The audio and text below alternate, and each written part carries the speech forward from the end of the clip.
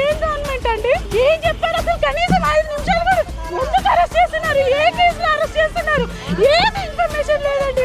అక్కడి నుంచి గేట్ నుంచి బయటికి రాగానే కనీసం నా హస్బెండ్ చేతిని కూడా పట్టుకోనియకుండా లాక్కెళ్ళిపోతున్నారు. ఏ కేసులో నాకు ఇంటిమేషన్ లేదండి.